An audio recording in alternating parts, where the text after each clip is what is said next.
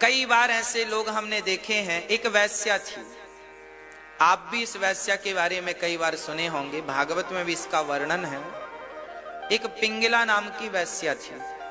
अब वो वैश्या थी मतलब वो मलमूत्र के गड्ढे में डूबी है ना, वैसे ही है वो। उसे कह सकते हैं कि ये मलमूत्र में डूबी है, ठीक है। परंतु वो वैश्या, उसके पास एक तोता था, तोता राम राम बोला करता था। तो वो वैश्या उस तोते के पास जाकर थोड़ी देर बैठ जाया करती थी। कहो तोता क्या कहते हो? तोता कहता राम राम कहो। वैश्या भी कहती राम राम राम राम राम। शुरू में तो राम राम कहता तोता, वैश्या भी राम राम कहती, फिर अपना काम करती वैश्यावृत्ति का। करते करते काफी दिन हो गए। जब वो वैश्या मरने लगी तो उसके पास बैठा वो तोता राम राम चिल्ला रहा था। तो वो वैश्या भी मरते समय कुछ सूझा नहीं, कभी सत्संग किया नहीं, कभी गुरु शरणों में गई नहीं, शरण में बस तोता ही था। तो तोता राम राम जप रहा था, तो इसने भी रटना लगा दी राम राम राम राम। और उसी समय इस वैश्या के प्राण निकल गए। इस वैश्या के लिए विमान आया और बढ़िया सम्मान के साथ विमान ने भगवान के धाम पहुंचाया। हाँ, भगवान के धाम पहुंचाया। तो ये जो वैश्या थी, ये मलमूत्र के गड्ढे में तो थी, पर चाट किसको रही थी? शहद को। और अयोध्या में जब मैं विद्यार्थी जीवन गुजार रहा था, मेरी सामने की घटना है। जहां हम संत निवास में रहा करते थे, वहां हमारे बाजू में एक बूढ़े से संत थे, लगभग उम्र रही होगी 80 साल। 80 साल की उम्र थी। एक दिन वो तैयारी कर रहे थे, तो मैंने पूछ लिया कि संत भगवान कहां जा रहे हैं? उन्होंने कहा घर जा रहे हैं। अच्छा, वो संत थे, पूरी जिंदगी अयोध्या में गुजारी थी उन्होंने। मैंने कहा घर क्यों जा रहे हैं? बोले बच्चों की याद आ रही है।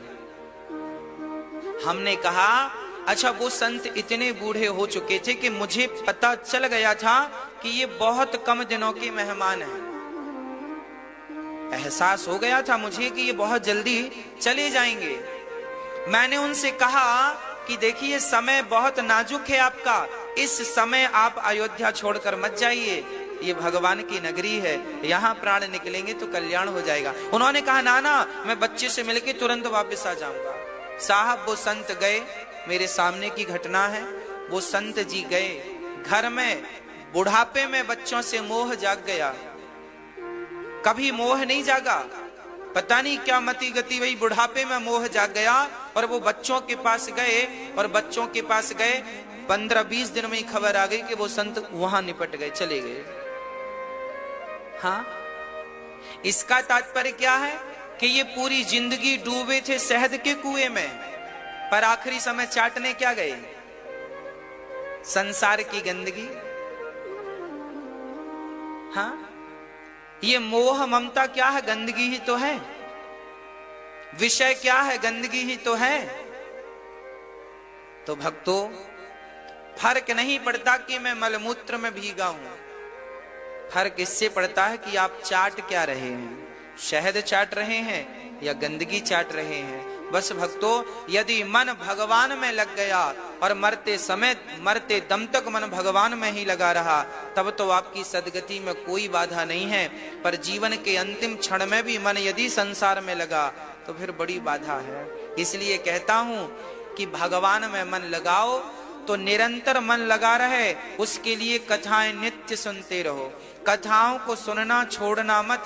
कहीं कथाओं को सुनना छोड़ दिया तो मन संसार में फिर से लग जाएगा, जो कि अभी निकल चुका है। इसलिए कथा मात्रैक जीवनम, कथा नित्य सुननी चाहिए। तो भगवान कैसे हैं? सत्य हैं, जो कि तीनों कालों में एक से हैं। सत्य चित आनंद, ईश्वर सबके भीतर चित्त स्वरूप। मैया जी भगवान कहाँ रहते हैं? बताओ भगवान कहाँ रहते हैं?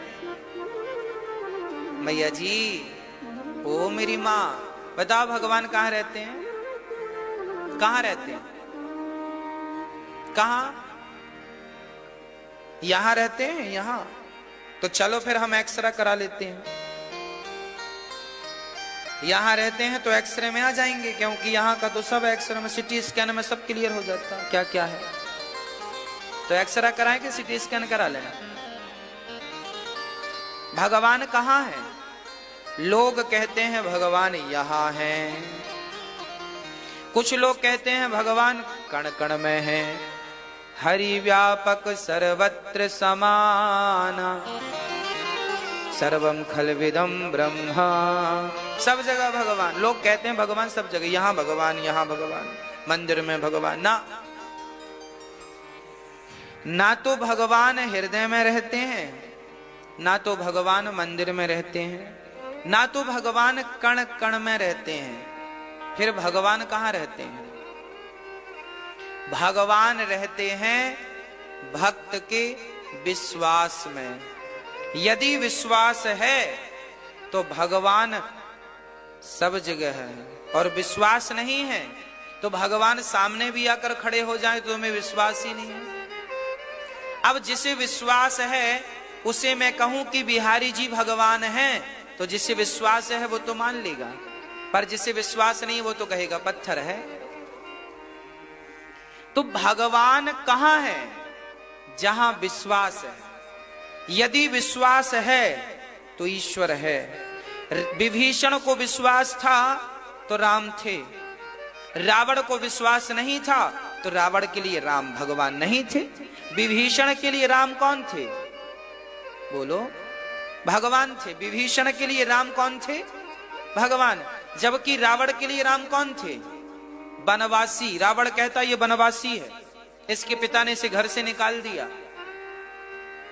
विभीषण के लिए राम भगवान थे, जबकि रावण के लिए राम भगवान नहीं थे। रावण ने राम को भगवान नहीं माना। तो जिसके भीतर विश्वास है उसके लिए तो भगवान सब जगह है। जिसके भीतर विश्वास नहीं है उसके लिए भगवान अभी कहीं नहीं है। प्रहलाद ने कहा कि इस खंबे पर भगवान है, तो प्रहलाद के विश्वास से भगवान प्रकट हो गए। विश्वास है परमात्मा है, विश्वास ही नहीं तो फिर कहीं नहीं भगवान। हाँ, भगवान सत्य है, चित है, आनंद स्वरूप है। ईश्वर आनंद के सागर हैं,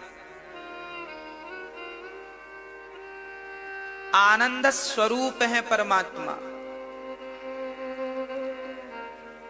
इसलिए संसार में मन ना लगाकर एक चेले ने गुरुजी से कहा, गुरुजी हमें भगवान से मिला दो। गुरुजी ने कहा कल रात सवेरे 8 बजे आ जाना। चेला सुबह प्रातः 8 बजे आया। गुरुजी ने कहा चलो। गुरुजी ने कहा ये झोला सिर पे रख लो। एक झोला सिर पे रखा, चेला चला। चलते चलते 2 किलोमीटर चला। चेला बोला गुरुजी और कितना चलना है? गुरुजी बोली ये पहाड़ दिख रहा है, ये पूरा पहाड़ पार करना है। बड़ा ऊंचा पहाड़ था। चेले ने कहा गुरुजी सिर पे बड़ा बोझा है, मैं थक गया हूं, ढोया नहीं जाता, इसमें क्या है ये बताओ। गुरुजी ने कहा बेटा इसमें पत्थर भर रखा है मैंने। गुरुजी जो पत्थर की, क्या मेरे से पत्थर क्यों ढुला रहे हो? क्या जरूरत थी पत्थरों की? गुरुजी ने कहा बेटा कहीं हमें पत्थर की जरूरत पड़ गई तो? चेला ने कहा गुरुजी पहाड़ पर ही चल रहे हैं, पत्थर तो यहाँ ढेर हैं, तो सिर पे रख के क्या करें? तो गुरुजी बोले फिर तुझे जैसा करना है तू कर ले। तो चेले ने सारा पत्थर फेंक दिया, और जैसे ही सिर से भार निकाल के फेंका, अंगड़ाई लेता हुआ बोला गुरुजी आनंद आ गया। आपके सिर पे कोई भार होता है और जब आप उसे नीचे रख देते हैं तो आपको भी अच्छा लगता है कि हाँ या ना? उस चेले ने कहा गुरुजी आनंद आ गया। गुरुजी ने कहा बेटा मिल गए भगवान, चल वापिस। चेले ने कहा गुरुजी कहां मिले भगवान? अभी तुझको ने बोला आनंद आ गया। हाँ हाँ। गुरुजी ने कहा बेटा आनंद नाम किसका? तूने बोला आनंद आ गया, और आनंद तो नाम भगवान का है। नंद के आनंद भयो जय कन्हैया लाल की। आनंद किसका नाम? नंद के कृष्ण भयो कोई नहीं कहता, नंद के लाला भयो कोई नहीं कहता, नंद के क्यों? क्योंकि परमात्मा का नाम ही आनंद है। संसार का बोझा जब तक तुम्हारे सिर पर होगा तब तक तुम्हें आनंद नहीं मिलेगा, और ये बोझा जिस दिन उतार के किनारे रख दोगे उसी दिन आनंद की अनुभूति हो जाएगी। इसका तात्पर्य यह है कि भगवान में मन लगेगा तो आनंद मिलेगा, और अभी संसार में मन लगा है तो आनंद मिलने वाला नहीं है। इसलिए मन को संसार से हटाकर किसी भी भांति भगवान में मन लगा दीजिए, यही आनंद है, और इसी का नाम परमानंद है। तो सच्चिदानंद रूपाय विश्वोत्पत्त्यादि हेतवे तापत्रय विनाशाय श्री कृष्णाय वयं नुमः। भगवान सत्य हैं, चित हैं, आनंद स्वरूप हैं। अच्छा, भगवान करते क्या हैं? क्या करते हैं मेरी माँ भगवान? मैया जी, ओ मेरी माँ, क्या करते हैं भगवान जी? भगवान का काम है ये दुनिया को बनाना, बना के चलाना और संहार कर देना। यही भगवान का काम है हमारा। एक सज्जन ने हमसे पूछा, महाराज जी भगवान की उम्र कितनी है? हमने कहा, बेटा भगवान हम लोग जन्मे हैं, हमारा जन्म हुआ है इसलिए हमें जन्मा कहते हैं, पर भगवान का नाम अजन्मा है। ईश्वर का नाम क्या है? अजन्मा। और जिसका नाम अजन्मा हो, अर्थात जिसने जन्म ही नहीं लिया हो, उसके मृत्यु का सवाल खड़ा नहीं होता। उसकी उम्र का कोई निश्चित समय नहीं है। एक छोटी सी गणना मैं जरूर बता सकता हूं।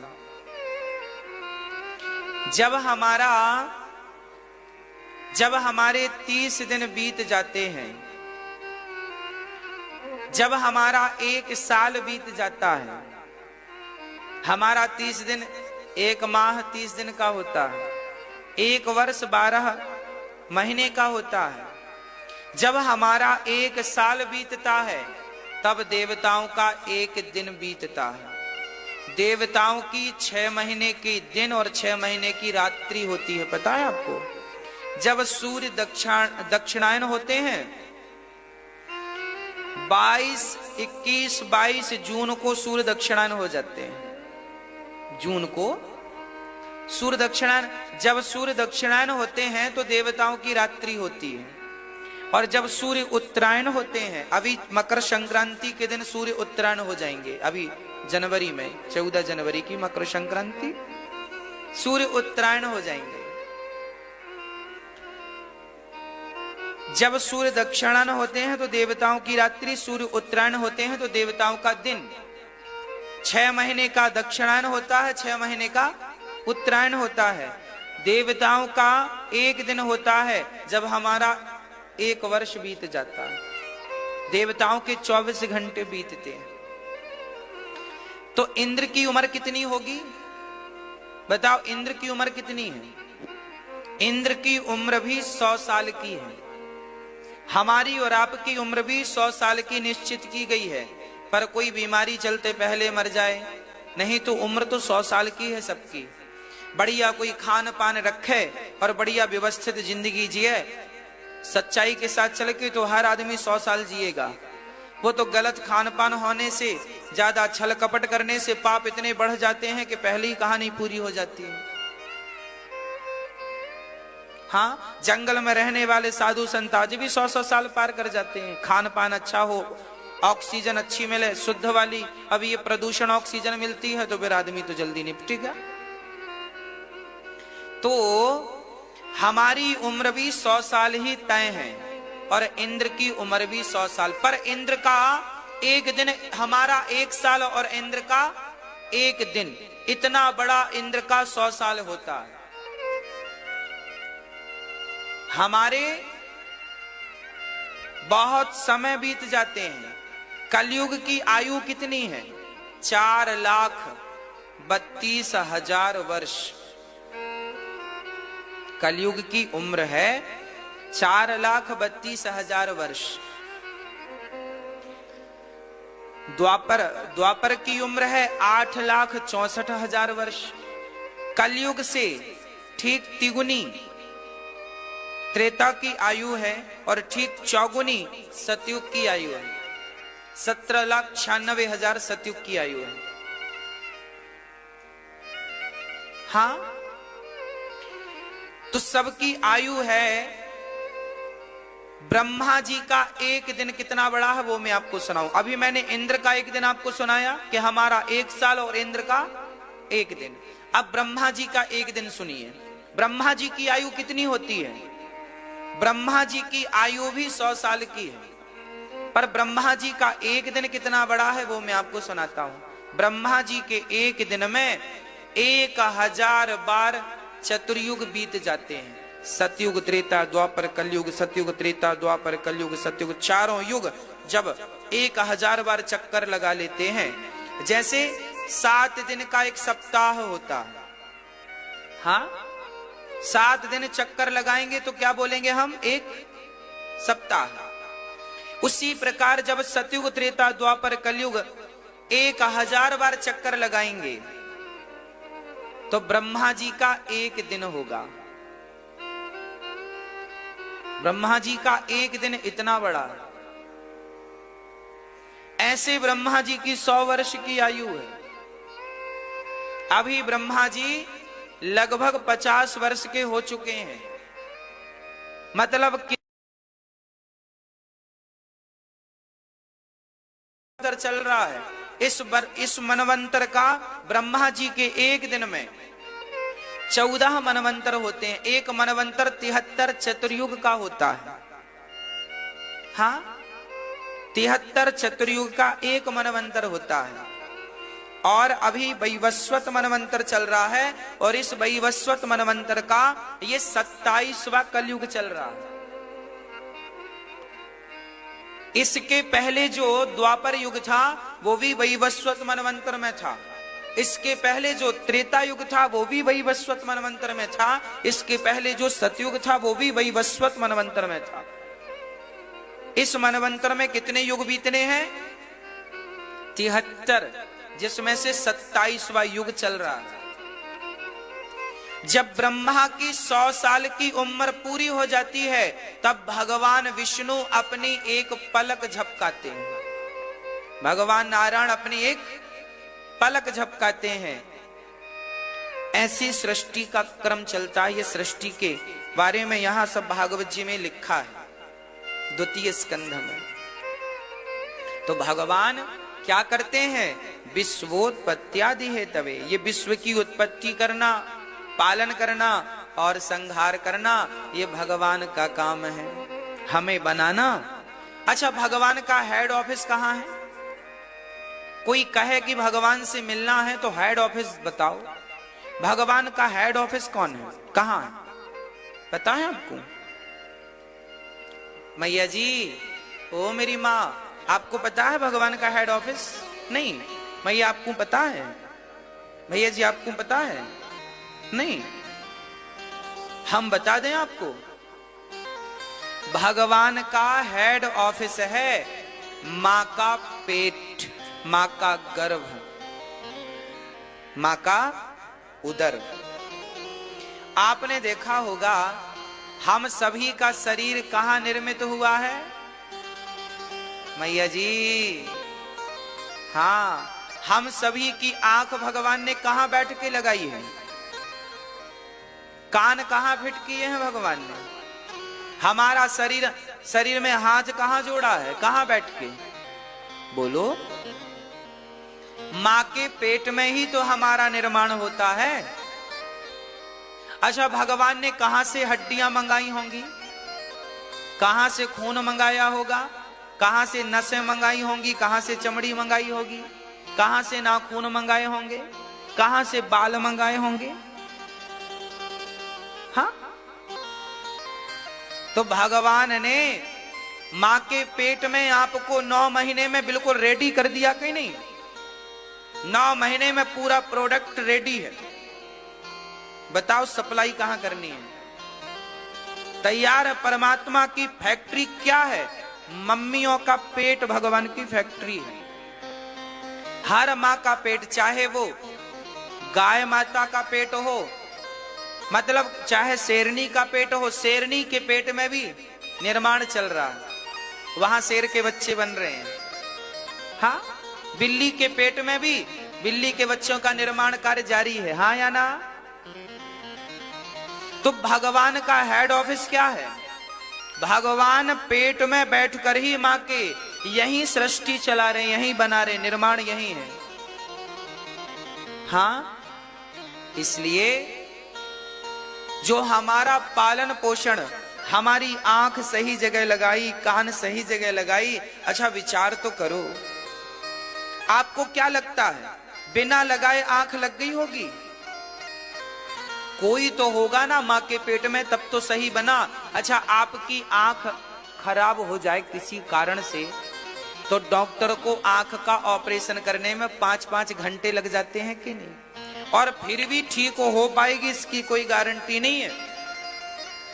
एक आंख का काम बड़ा नॉर्मल है, शरीर के अंग, किडनी का ऑपरेशन, तो फिर इसका ऑपरेशन, तो माइंड का ऑपरेशन, तो ब्रेन का ऑपरेशन, तो इसका ऑपरेशन, कितना टाइम लगता है। और भगवान ने सारी चीजें मां के पेट में जाकर के सब सेट कर दी 9 महीने में। कर दी कि नहीं? अच्छा, आपकी उंगली यहां लटक रही होती तो, कान यहां लगा दिया होता भगवान ने तो, नाक यहां लगी होती तो, भूल गए भगवान। कई बार भूल जाता आदमी, पर भगवान ने आज तक भुलाया कभी कि किसी की नाक यहां लगी हो, कान यहां लग गया हो धोखे से? नहीं ना। मतलब सही प्रोडक्ट बन रहा है मां के पेट में। तो ये बताओ कि बन रहा है तो बनाने वाला कोई, अच्छा ये माइक है तो इसे बनाने वाला कोई होगा कि नहीं? साइंस भी तो यही कहती है कि वस्तु है तो उसे बनाने वाला कोई होगा। यदि माइक है तो इसे बनाने वाला भी कोई होगा। उसी प्रकार यदि तुम्हारी आंख सही जगह पर लगी, कान सही जगह पर लगे और सब काम बराबर कर रहा है, तो तुम ऐसे नहीं बन गए, तुम्हें बनाने वाला कोई था मां के पेट में। उसी था को परमात्मा कहते हैं। निश्चय किया है हमारा आना, वही निश्चय करता है हमारा जाना, है ना? इसलिए यहां हम अपनी मर्जी से नहीं हैं, यहां तो हम बिहारी जी की मर्जी से हैं। जब तक बिहारी जी चाहेंगे तब तक हम रहेंगे, नहीं चाहेंगे तो श्वासें पूरी हो जाएंगी। चलो यात्रा पूरी। इसलिए आप ये ना सोचिएगा कि आपको ये मरने की टेंशन बिल्कुल मत लीजिएगा। जब मृत्यु आएगी सो मर जाएंगे। जब तक जिंदगी है उसका समय अच्छा काम करके, भलाई करके और भगवत भजन करके व्यतीत करना है। हाँ जी, भगवान विश्व की उत्पत्ति, पालन, संहार करते हैं, सारे दुखों का दमन करते हैं। 3 प्रकार के दुख होते हैं हम सबके। दैहिक, दैविक, भौतिक तापा, राम राज्य काहू नहीं व्यापा। कोई तन दुखी, कोई मन दुखी, कोई धन बिन रहत उदास। थोड़े थोड़े सब दुखी, सुखी राम। सुंदर। हमारे बीच में बिहारी जी के सेवा, जो बिहारी जी के पुजारी हैं, बिहारी जी की सेवा में तत्पर रहते हैं, आज वहीं से आप पधारे हैं। ये कह सकते हैं किन के रूप में आज बिहारी जी पधारे हैं।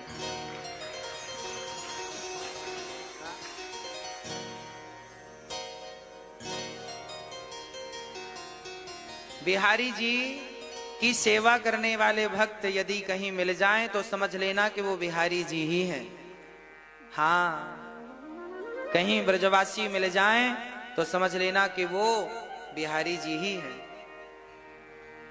इस रूप में हमें मिल रहे हैं। प्रिय भक्तों,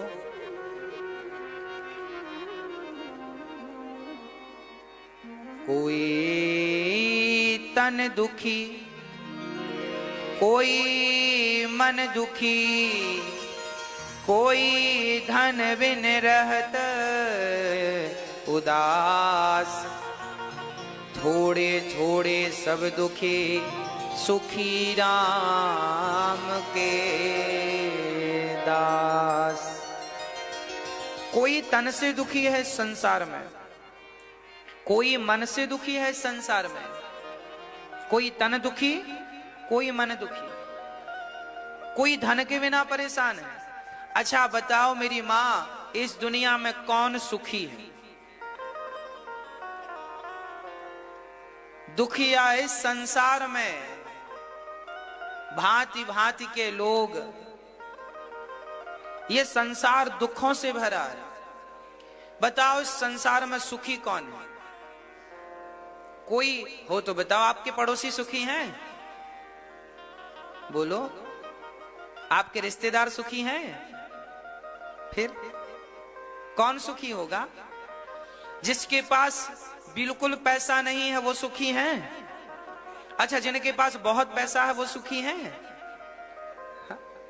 हमने उन्हें भी देखा है जिनके पास बिल्कुल नहीं है, और हमने उन्हें भी देखा है जिनके पास बहुत है। सुख उनको भी नहीं है जिनके पास कुछ नहीं है, सुख उनके पास भी नहीं है जिनके पास बहुत कुछ है। क्योंकि सच्चाई तो यह है कि सुख उनको नहीं मिलता जिनका मन संसार में लगा है, सुख उन्हीं को मिलता है जिनका मन भगवान में लग चुका है। हाँ, सुखी कौन है? जो भगवान के चिंतन में लगे हैं। और संतों ने जो वाणी कही है जरा वो सुनिएगा। गौधन गज धन बाज धन और रतन धन खान। आपके पास गौधन, पहले के जमाने में गाय जिसके पास होती थी वही धनवान माना, क्योंकि सबसे बड़ा धन है गौधन। गौधन गज धन, पहले के जमाने में अरे फलाने के पास, फलाने राजा के पास 100 हाथी हैं, मतलब वो बड़ा आदमी है। नंद बाबा के पास 9 लाख गैया थी, गौधन था नंद बाबा के पास। गौधन गज धन, हाथी का धन। बाज धन, बाज भी होते थे, हंस भी होते थे। गौधन गज धन बाज धन और रतन धन खान, मतलब सोना चांदी की खान है, खूब धन है, खूब पैसा है। पर सुखी कौन है? गौधन गज धन बाज धन और रतन धन खान। जब आवे संतोष धन, सब धन धूरी समान। आपके पास बहुत दौलत है, बहुत कुछ है, पर संतोष का धन नहीं है तो सारा धन बेकार है। इसलिए इस दुनिया में सुखी यदि होना हो तो संतोष रखना सीख लीजिए। विधाता जितना दे उतने में धन्यवाद दीजिए। हे प्रभु, आपका धन्यवाद, मैं इस योग्य नहीं था पर आपने मुझे इतना दे दिया। ऐसे भगवान को जिन्होंने बहुत कुछ दिया है, आंखें दी, कान दिया, शरीर दिया, वृंदावन का वास दे दिया, और क्या चाहिए? 7 दिन के लिए ही सही, आपको 7 दिन के लिए वास तो दिया ना। तो ये ही धन है सबसे बड़ा। तो सबसे बड़ा धन है गोविंद के चरणों में प्रीति, संतोष। ऐसे भगवान को हम श्री राधा सहित प्रणाम करते हैं। यम प्रव्रजन्तमनुपेतमपेत कृत्यम द्वैपायनो विरह कातरया जुहाव पुत्रेति तन्मयतया सर्वो विनेदुस्तं सर्वभूत हृदयं मुनिमानतोऽस्मि।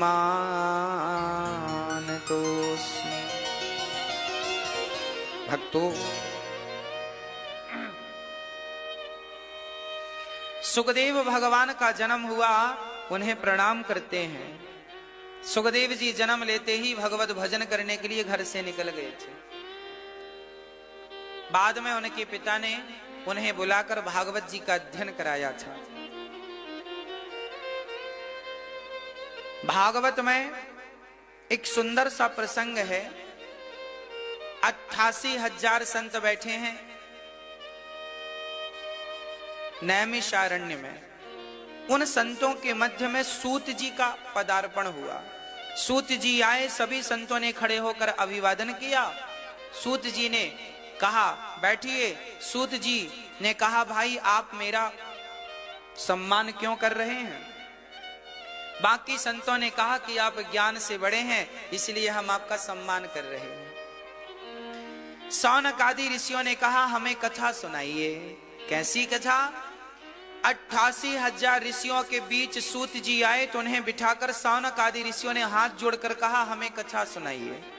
संत का क्षण और अन्न का कण कभी बर्बाद बिल्कुल ना कीजिए। संत मिले तो आत्म कल्याण की चर्चा छेड़ दो और थाली में जो आ जाए प्रसाद समझ के खा लो, उसका अनादर अपमान ना करो। भोजन परमात्मा का स्वरूप है, इसलिए जो मिल जाए रस प्रेम से खा लो। संतों से पूछा सौनक आदि ऋषियों ने कि हे गुरुदेव, भक्ति ज्ञान विराग आप तो ऐसी कथा सुनाओ कि विवेको वर्धते महान, माया मोह निरासश्च वैष्णवे क्रियते कथम। हमें ऐसी कथा सुनाओ कि हमारी भक्ति बढ़े, हमें ऐसी कथा सुनाओ कि हमारा ज्ञान बढ़े। अच्छा, कथा भक्ति और ज्ञान और वैराग्य को पुष्ट करने वाली है, अर्थात बढ़ाने वाली है। भक्ति ज्ञान वैराग्य। इसलिए आपको चाहिए कि आप कथा नित्य सुने, ताकि भक्ति भी बनी रहेगी, ज्ञान भी बना रहेगा और वैराग्य भी बना रहेगा। हाँ, कथा सुनना छोड़ देंगे तो भक्ति ज्ञान सब चला जाएगा। इसलिए हमारे यहाँ कहा गया है कि एक घड़ी आधे की पुनियाद, तुलसी चर्चा राम की हरहि कोटि अपराध। ज्यादा ना सही, कम ही सही, पर सत्संग रोज करो। एक घड़ी मतलब 24 मिनट, आधी घड़ी मतलब 12, और कम तो 6 मिनट करो, सत्संग करो कम से कम, और ज्यादा से ज्यादा करें तो और अच्छा है। सौनक आदि ऋषियों से सूत जी ने कहा आपने बड़ा उत्तम प्रश्न किया है। ये जो भागवत है ये देवताओं को भी दुर्लभ है। अब मैं तुम्हें ऐसी कथा सुनाऊंगा जिस कथा से भक्ति भी बढ़ेगी, ज्ञान भी बढ़ेगा, वैराग्य भी बढ़ जाएगा। सुनो, अब मैं तुम्हें भागवत की कथा सुनाता हूं। अच्छा, सूत जी ने सबसे पहले सौनक आदि ऋषियों को भागवत की चर्चा सुनाई। सूत जी ने कहा सुनो, एक बार सुखदेव जी राजा परीक्षित को भागवत सुना रहे थे। तभी इंद्र को पता चला कि सुखदेव जी राजा परीक्षित को भागवत सुखताल में सुना रहे हैं। तो इंद्र दौड़े दौड़े आए और कहने लगे कि हमें भी कथा सुनाओ और बदले में हमसे अमृत ले लो। स्वर्ग का अमृत लेकर देवता आए और सुखदेव जी से कहते हैं कि अमृत हमसे ले लो और ये कथा अमृत जो है ये हमें पिला दो, अदला बदली कर लो। एवं विनिमय जाते सुधाराज्ञा प्रपीयताम, अदला बदली कर लो। सुखदेव जी से कहते हैं कि स्वर्ग का अमृत आप ले लो और भागवत अमृत हमें दे दो। सुखदेव जी ने कहा इंद्र तुम वैसे बहुत चतुर हो। हाँ, सुखदेव जी हंसे देवताओं की बात पर इंद्र बोले आप हंस रहे हैं, मजाक उड़ा रहे हैं हमारा। सुखदेव जी बोले तुम्हारे मजाक उड़ाने जैसी तुम बात ही कर रहे हो, क्या बात कर दी हमने। सुखदेव जी कहते हैं इंद्र तुम्हारे स्वर्ग का अमृत तो कांच के टुकड़े के जैसा है, कोई कीमत नहीं है इसकी। हमारा भागवतामृत तो तुम्हारे स्वर्ग के अमृत से करोड़ों गुना श्रेष्ठ है। इंद्र बोले कैसे। सुखदेव जी बोले सुनो, स्वर्ग का अमृत कोई पी ले तो उसे स्वर्ग ही मिलेगा, पर कछा अमृत कोई पी ले, कछा भी एक अमृत है, कछा अमृत कोई पी ले तो स्वर्ग नहीं भगवान का गोलोक धाम उसे प्राप्त हो जाता है। अमृत पीने वाले को भगवान कभी नहीं मिलते, पर कछा सुनने वाले को भगवान निश्चित मिलते हैं। तो तुम्हारा अमृत भगवान को नहीं दिला सकता, स्वर्ग का सुख तो दिला सकता है, अमरता तो दिला सकता है, पर भगवान नहीं दिला सकता। इसलिए तुम्हारे अमृत से श्रेष्ठ हमारी भागवतामृत है। और ये देवता लोग इतने कंजूस हैं, इतने कंजूस हैं, इतने कंजूस हैं कि आप पूछो ही मत। अब सोचो कि अमृत कब निकला था, सतयुग में समुद्र मंथन हुआ था तभी तो अमृत निकला था। और निकला कितना था, एक घड़ा। एक घड़ा बोले तो 10 लीटर मान लो, और बड़ा घड़ा रहा होगा तो 20 लीटर मान लो, बस इतना अमृत निकला था। और सोचो ये देवता कितने चतुर हैं, कितने लोग आए और कितनों को अमृत पिलाया, और अभी तक अमृत इनका बचा है। तो ये कितना कितना पिलाते होंगे। हमें तो लगता है ये पिलाते नहीं होंगे, सूंघा देते होंगे बस। एक बार 3 कंजूस थे, गांव के लोगों ने उनको कहना शुरू कर दिया यार तुम लोग बड़े कंजूस हो। तीनों ने सुना कि यार सब लोग हमें ताने मार रहे हैं, हम बड़े कंजूस हैं। तो तीनों ने कहा चलो आज बाजार चलते हैं, कुछ ऐसा लाते हैं खरीद के जिससे हमारी कंजूसी का आरोप चला जाए, लोग ना कहें। ठीक है, तीनों कंजूस बाजार गए, बोले क्या खरीदें, कभी कोई खरीदी नहीं करते। हाँ क्या खरीदे। तीनों ने कहा एक काम करो 250-250 ग्राम देसी घी खरीद लो, और आज से बढ़िया। अच्छा लोग ताने मारते ही इतने कंजूस हैं, सूखी रोटी खाते हैं, पैसे बहुत है, घी नहीं लगाते, घी भी नहीं खाते, इतना कंजूस आदमी सोचता है घी में खर्च हो जाएगा। तो गांव के लोग जब ताने मारे कि तुम कम से कम घी में रोटी में घी तो लगाओ, तो तीनों कंजूस गए 250-250 ग्राम तीनों घी खरीद के लाए, और सबको देखो अब मत कहना देखो घी लाए हैं, घी गांव वालों को दिखा रहे हैं। घर पहुंचे तीनों कंजूस, 1 महीने बाद फिर इकट्ठे भये। तो एक ने कहा कहो तुम्हारा घी कितना खर्च हुआ।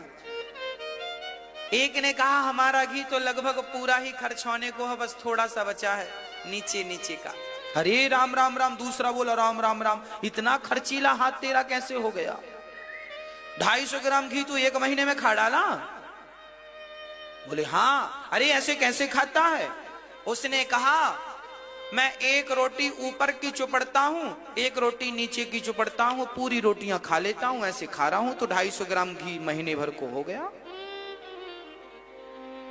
दूसरा बोला राम राम तू तो बड़ा खर्चीला, इतना खर्च।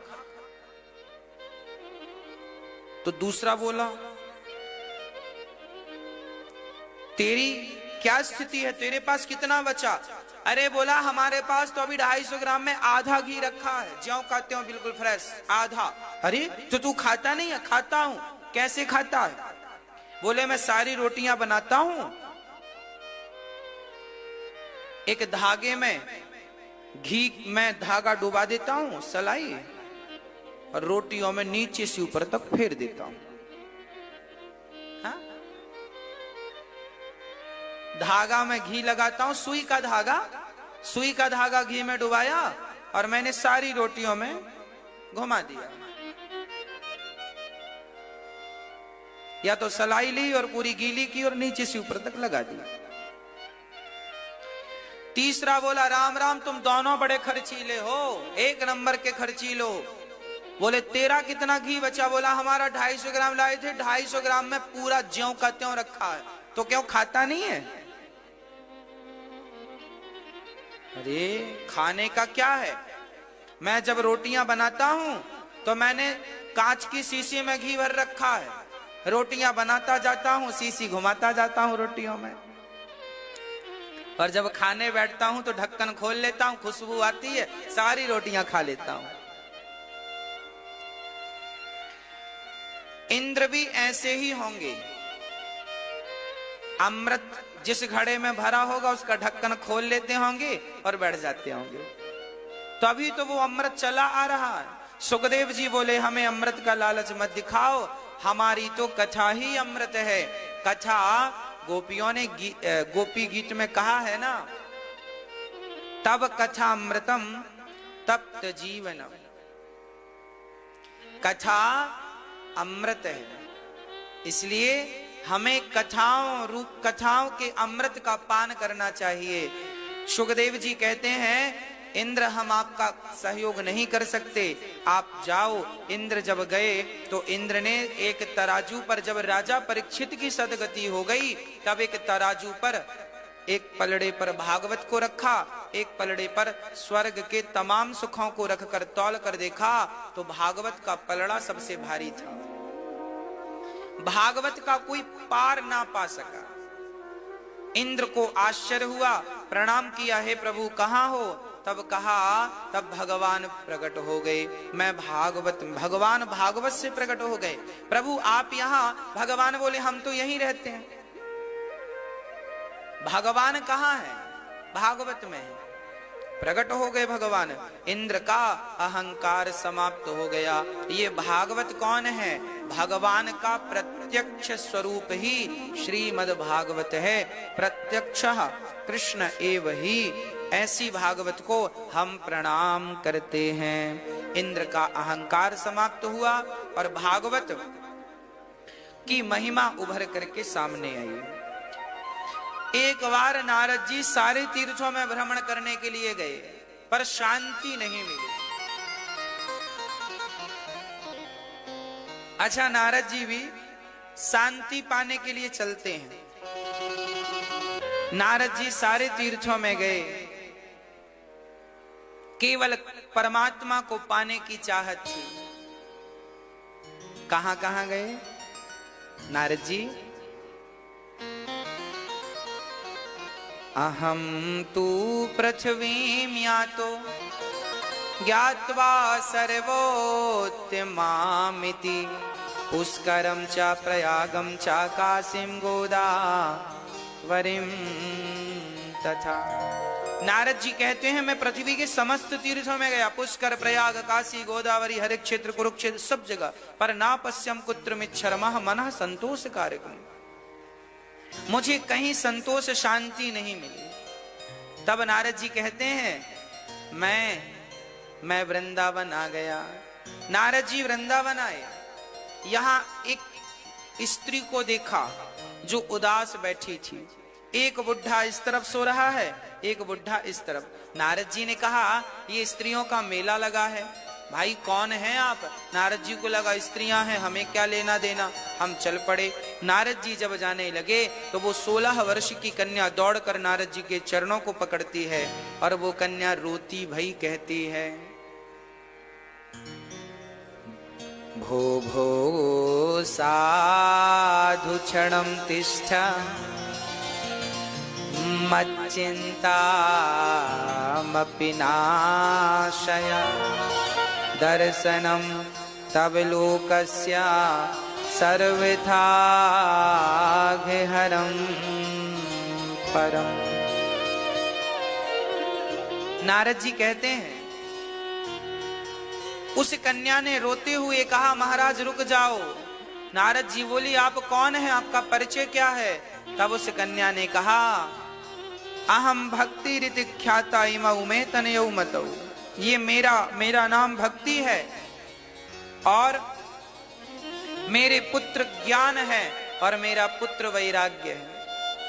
अहम भक्ति ऋतिख्याता इमऊ में तनयऊ मतऊ। ज्ञान वैराग्य, ये मेरा बेटा ज्ञान और ये मेरा बेटा वैराग्य है। नारद जी बोले आप भक्ति महारानी हो? हाँ, ये जो भक्ति महारानी है ना, ये भक्ति महारानी उदास थी, इनके बेटे बुढ़े हो गए हैं। नारद जी ने कहा आप 16 साल की आप हो और आपके बेटे 80 साल के हो गए। क्या करें महाराज, ये कलयुग है, यहाँ सब उल्टी गंगा बह रही है। बूढ़े बूढ़े लोग जवान बनना चाह रहे हैं और जवान जवान बच्चे बुढ़े हो रहे हैं।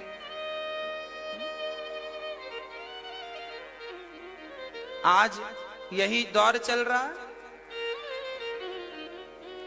आप किसी बूढ़े को एक बार बूढ़ा कह दो, देखो बुरा मान जाए। हमें बूढ़ा कह दो, हम बुढ़े हो गए क्या?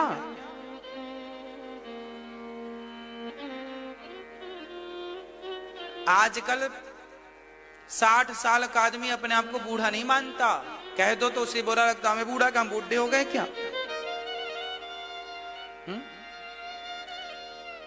इनको लगता है इन्होंने अभी पिछले महीने जन्म लिया है।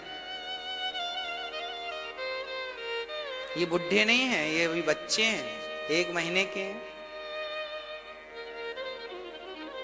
पता नहीं बुढ़ा किसे कहते हैं। हाँ, और आजकल के छोटे छोटे बच्चों को देखो, चश्मा लगता है, बाल सफेद हो जाते हैं, मतलब ये बुढ़े से हो रहे हैं और बूढ़े बूढ़े जवान बन रहे हैं। यही तो कलयुग है, जहां सब उल्टा हो, इसी का नाम कलयुग है। भक्ति महारानी कहती हैं महाराज मेरे बच्चों का दुख दूर कर दीजिए, आपने ध्रुव और प्रहलाद का दुख दूर किया है। नारद जी कहते हैं ठीक है, आप कह रही हो मैं कर दूंगा। पहले ये बताओ कि आप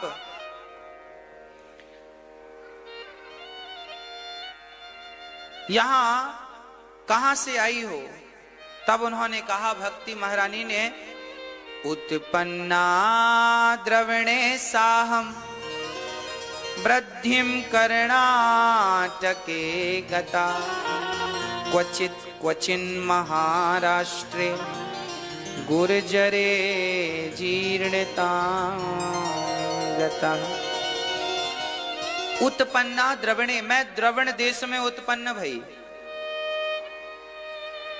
वृद्धिम कर्णाटके गता, मैं कर्नाटक में बड़ी भई। अच्छा, भक्ति का जन्म कहां होता है? द्रवण देश में। ये द्रवण क्या है? हम सभी के हृदय में ही भक्ति का जन्म होता है। बड़ी कहां से होती है? जब कानों से कथा आप सुनते हैं। वृद्धिम कर्णाटके गता, जब कानों से कथा सुनते हैं आप, तो भक्ति महारानी बड़ी होती है। कानों से कथा नहीं सुनेंगे तो भक्ति बड़ी नहीं होगी। भाई पेड़ में पानी नहीं डालेंगे तो कैसे पौधा बड़ा होगा? पानी डालिए, नहीं सूख जाएगा। ऐसे ही आप भी सत्संग का जल डालते रहो तो भक्ति का पौधा हरा भरा रहेगा, नहीं तो सूख जाएगा। क्वचित क्वचिन महाराष्ट्रे, मुझे महाराष्ट्र में कहीं कहीं सम्मान भी मिला। भक्ति महारानी कहती हैं कि महाराष्ट्र में मुझे कहीं कहीं सम्मान मिला। ये महाराष्ट्र क्या है? ये शरीर ही महाराष्ट्र है। इस शरीर से कोई भक्ति करता है,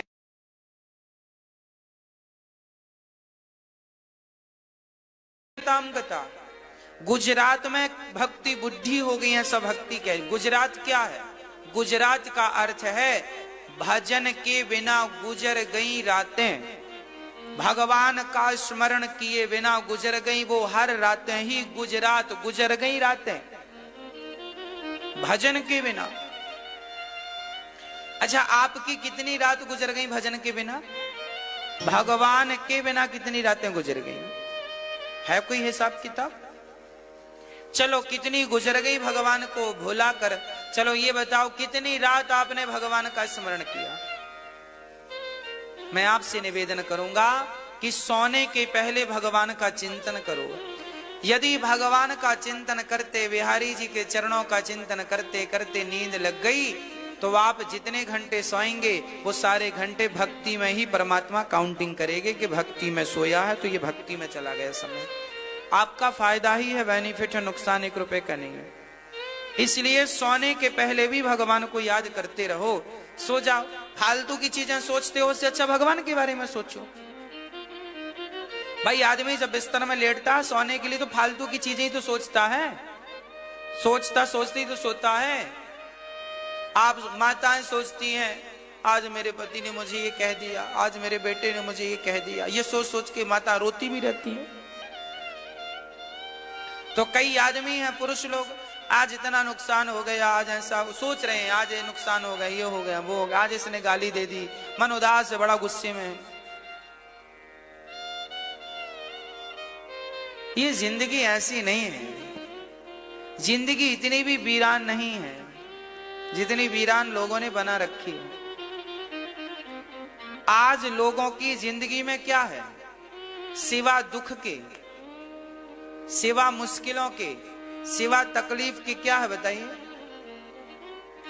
आज हर प्रत्येक व्यक्ति दुखी है। जो बहुत पैसा कमा रहे हैं वो भी दुखी है, जो नहीं कमा रहे हैं, कम कमा रहे हैं, वो सब भी दुखी है। आपको पता ही नहीं कि जिंदगी क्या है और जिंदगी का आनंद, सुख, मजा कहां है। जीवन जीना भी सबके बस की बात नहीं है। सबके बस की बात होती जिंदगी जीना तो लोग आत्महत्या क्यों करते? उनके बस की नहीं थी जिंदगी तभी तो मर गए। उनके बस की होती तो क्यों मरते? हाँ, ये जिंदगी भी मां सबके बस की नहीं है। इस दुनिया में कुछ लोग रो रो करके जीते हैं, घुट घुट करके जीते हैं। बहुत विरले ऐसे हैं जो हंस करके प्रसन्न चित्त से जिंदगी यापन कर रहे हैं। आप सारी उम्र जोड़ने में लगा देते हैं, ये जोड़ लो, वो जोड़ लो, ये कर लो, ये मिल जाए, वो मिल जाए, सारी जिंदगी लगा दी जोड़ने में। जो जोड़ना था वो रत्ती भर नहीं जोड़ा। जिंदगी जा रही है लोगों की। आज 100 में से 90 लोग परेशान हैं और 95% भी कहूं तो ठीक है, लोग परेशान है। सभी लोग ही परेशान हैं। कोई पत्नी से परेशान, तो कोई पति से परेशान, तो कोई बच्चे से परेशान, तो कोई सास से परेशान, तो कोई बहू से परेशान, कोई कर्मचारियों से परेशान, कोई फैक्ट्री से परेशान, कोई मालिक से परेशान, कोई बॉस से परेशान, कोई शरीर की बीमारियों से परेशान। सब परेशान है। किसी की कोई परेशानी, किसी की कोई परेशानी। किसी को पैसे नहीं मिल रहे हैं वो परेशान। सब परेशान है। और परेशानी भरी ये जिंदगी लोग जीने के लिए मजबूर भी हैं। इनके पास कोई रास्ता नहीं। कहां जाएं? जाएंगे तो जाएंगे कहां? मैं आपसे बता दूं, यदि संसार की परेशानियों से बचना है तो एक उपाय है। आप अपने आप को कर्ता मत मानिए। आपकी सबसे बड़ी गलती यह है कि आपने अपने ही आप को कर्ता मान रखा है कि मैं सब कर रहा हूं। जब आपने अपने आप को कर्ता माना है तो आप ही तो दुखी होंगे। और जिस दिन आप कर्ता भगवान को बना देंगे, हे प्रभु तुम ही सब कर रहे हो, तुम ही सब कुछ करने वाले हो, मेरी परेशानियों का हल भी तुम्हारे पास है, इसलिए मैं आपकी शरण में हूं, मेरा जीवन आपके लिए है। बस जब कर्ता बिहारी जी को बना दोगे तो फिर वो जो करें उसमें आप सहमत हो जाओ, स्वीकार कर लो उस मर्जी को जो ईश्वर की है। जो हो रहा है उसे स्वीकार कर लो। स्वीकार नहीं करेंगे परेशानी है। अपने आप को कर्ता से हटाकर बिहारी जी को मान लो कि सब यही कर रहे हैं और आप अपने आप को स्वतंत्र छोड़ दो। जब आप अपने आप को स्वतंत्र छोड़ लेंगे और आप ये मान लेंगे कि मैं कुछ नहीं कर रहा हूं, सब भगवान कर रहे हैं, तो आपकी सारी चिंताएं अपने आप मिट जाएंगी, टेंशन मिट जाएंगी। आपको जबरदस्ती आप इसलिए परेशान होते हैं क्योंकि आपने अपने आप को कर्ता मान रखा। इसका एक छोटा सा एग्जांपल मैं आपको देता हूं। जब शुरू में नया नया कोरोना आया और लॉकडाउन लगा, तो सबसे पहले कितने दिन का लॉकडाउन लगा था? मार्च में ओनली 15 दिन का। सबको ये लग रहा था कि 1 अप्रैल से कोरोना खत्म हो जाएगा, 1 अप्रैल से सब ठीक हो जाएगा, है ना? ऐसे ही लग रहा था ना। सबसे पहले 15 दिन का लॉकडाउन था ना, है ना? 15 या 20 दिन का, 20 दिन का था, 20 दिन का। सबको यही लग रहा था कि 20 दिन बाद सब सामान्य हो जाएगा, तो सबने अपने आप को ढाल लिया, चलो 15 दिन की ही बात तो है। सबने अपने आप को तैयार कर लिया। पहले तैयार नहीं हो, अरे 20 दिन कैसे काम चलेगा, हमारा तो काम रुका पड़ा है, ये काम होना था। लेकिन जब सरकार ने कहा कि 20 दिन पूरा संपूर्ण लॉकडाउन है, आप घर से बाहर ना निकले, तो आपने अपने आप को समझाया कोई बात नहीं, 20 दिन की बात। 20 दिन में फिर आप क्या सोचते रहे, अब अच्छा हो जाएगा, 1 अप्रैल से सब बढ़िया हो जाएगा, हाँ फिर सारी दिक्कतें समाप्त हो जाएंगी। ये सब 1 अप्रैल आया तो फिर 20 दिन का, 15 दिन का। अच्छा कोई बात नहीं, तो फिर एक काम करते हैं, 20 अप्रैल तक तो फिर ठीक हो ही जाना चाहिए। ठीक है, चलो तैयार कर रहे हैं आप अपने आप। जब 20 अप्रैल आया तो फिर खबर आई कि मई तक का, 15 मई, ओ हो 15 मई में कई लोग बहुत डिप्रेशन में चले गए। कई लोग इस कोरोना काल में डिप्रेशन में आ गए, कई लोग तो निपट भी गए। कोरोना से नहीं निपटे, डिप्रेशन में, चिंता से निपट गए कि अब क्या होगा। सब अधिकांश लोगों ने ये मान लिया अब क्या होगा, अब क्या करेंगे, कोरोना आ गया, पता नहीं ये ठीक होता है कि नहीं, काम धाम ठीक होंगे कि नहीं। कई लोग, मैंने सुना किसी देश के कोई मंत्री जी, बहुत बड़े मंत्री जी ट्रेन में कट के मर गए थे, उसी दौरान खबर भी आई थी। इस चक्कर में, टेंशन में, डिप्रेशन में चले गए, मर गए। आप तैयार नहीं थे लॉकडाउन के लिए, पर जब लॉकडाउन लगा तो आपने अपने आप को समझाया, फिर आपकी बॉडी, आपका मन तैयार हुआ कि नहीं।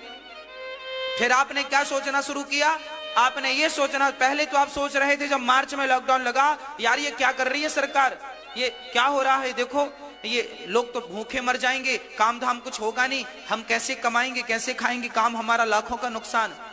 फिर जब कोरोना लॉकडाउन बढ़ता गया तो फिर आपने ये नहीं सोचा कि नुकसान हो रहा, फिर आपने सोच ये रखी कि यार जान बचे तो लाख हो पाए। फिर आपने ये सोचा कि चलो घर में हैं, कम से कम सुरक्षित तो हैं, जान तो बची है, इस बीमारी से तो बचेंगे। आपने जैसे जैसे अपने को समझाया, वैसे वैसे आपकी बॉडी व्यवहार करती गई कि नहीं, वैसा वैसा मन समझता गया कि नहीं। शुरू में मन थोड़ा उफन रहा था, अप्रैल में आते आते भी थोड़ा उफना, पर मई आते आते तो बिल्कुल क्लोज होने लगा, मन शांत होने लगा। अब भागेगा बेटा तो कितना भागेगा, उछलेगा बेटा तो कितना उछलेगा। जब मई गई तो खबर आई कि जून में भी लॉकडाउन है, जून गया तो लगा जुलाई में भी लॉकडाउन है। अब धीरे धीरे आपने अपने आप को समझाया और आपका मन धीरे धीरे समझा कि नहीं, हाँ या ना, समझा। पहले मन बाहर की चटपटी चीजें खाता था, पर लॉकडाउन में आपको सिंपल दाल सब्जी रोटी, कई बार तो सब्जियां भी नहीं मिली, मंडियां बंद, लॉकडाउन, सब्जी बेचने वाला नहीं आया, जो बड़े बढ़िया बढ़िया खाते थे वो भी सिंपल दाल रोटी में आ गए।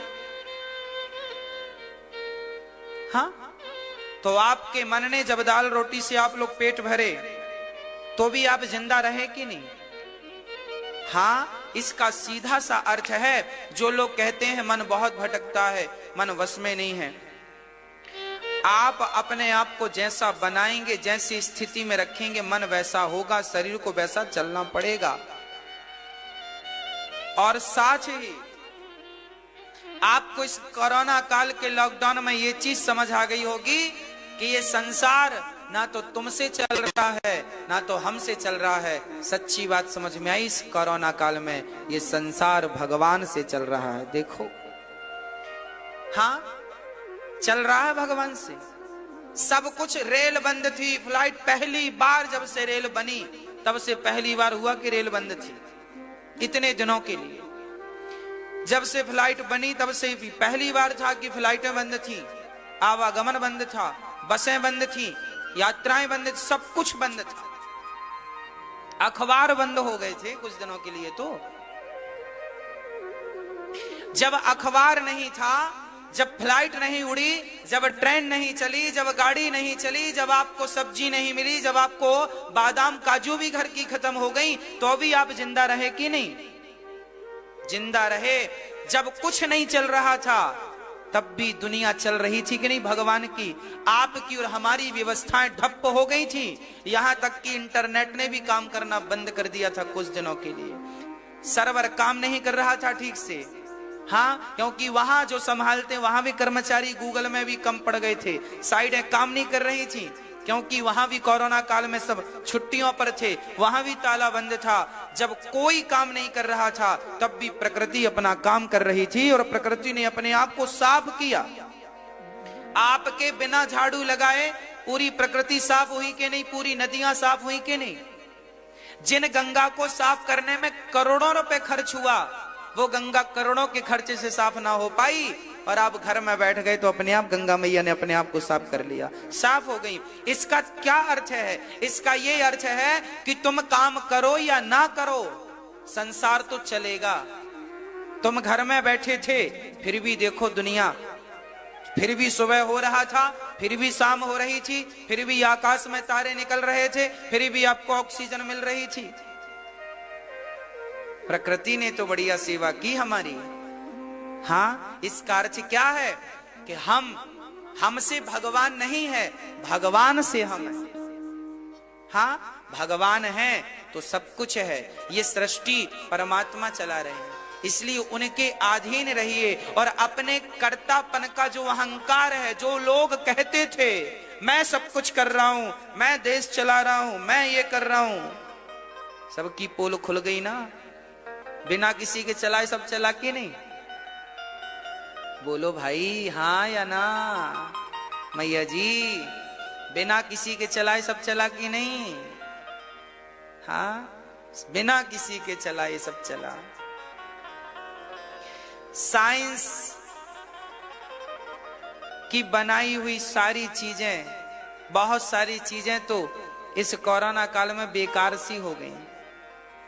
फ्लाइट तो बिल्कुल बेकार थी, ट्रेन तो बिल्कुल बेकार हो गई। यात्रा ही नहीं करना तो ट्रेन का क्या करना। हाँ, इस कोरोना काल में आप समझे ना समझे, भगवान ये समझाना चाहते हैं कि देखो, तुम अपने आप को सब कुछ मान बैठे थे, इसलिए परमात्मा ने एक टेलर दे दिया। आप अपने आप को कर्ता मान बैठे थे, इसलिए परमात्मा को शायद ये कदम उठाना पड़ा आप और हमें सबक देने के लिए। अब कभी ये मत सोचना, ये मत कहना कि सब कुछ मैं कर रहा हूं, सदा यही कहना कि सब कुछ परमात्मा आप कर रहे हैं, हम तो आपके चाकर हैं। करते हो तुम कन्हैया, मेरा नाम हो रहा है, मेरा आपकी कृपा से सब काम हो रहा है, सब काम हो रहा। जब पहली बार रामायण आई थी ना, टीवी सीरियल, सबसे फर्स्ट बार श्री रामानंद सागर जी की रामायण जब पहली बार आई थी, तब मैंने बुजुर्गों के मुंह से सुना था कि लोग काम धाम छोड़ करके रामायण देखते थे। हाँ या ना? गलियां सूनी हो जाया करती थी, ऐसा मैंने सुना है बुजुर्गों से। पर सुना था, पर देखिए, तब रामायण आई थी तब भी गलियां सूनी थी, और दूसरी बार जब रामायण कोरोना काल में चली तब भी गलियां सूनी थी। सब घर के भीतर रामायण ही देख रहे थे। मतलब राम का वो प्रताप कि जब मैं आऊंगा तब तुम्हें 1000 काम छोड़ के मुझे देखना ही पड़ेगा, और वो व्यवस्था परमात्मा ने करा ली। हाँ, लोगों ने देखा, तब भी गलियां सूनी, अब भी गलियां सूनी, 21वीं सदी में भी।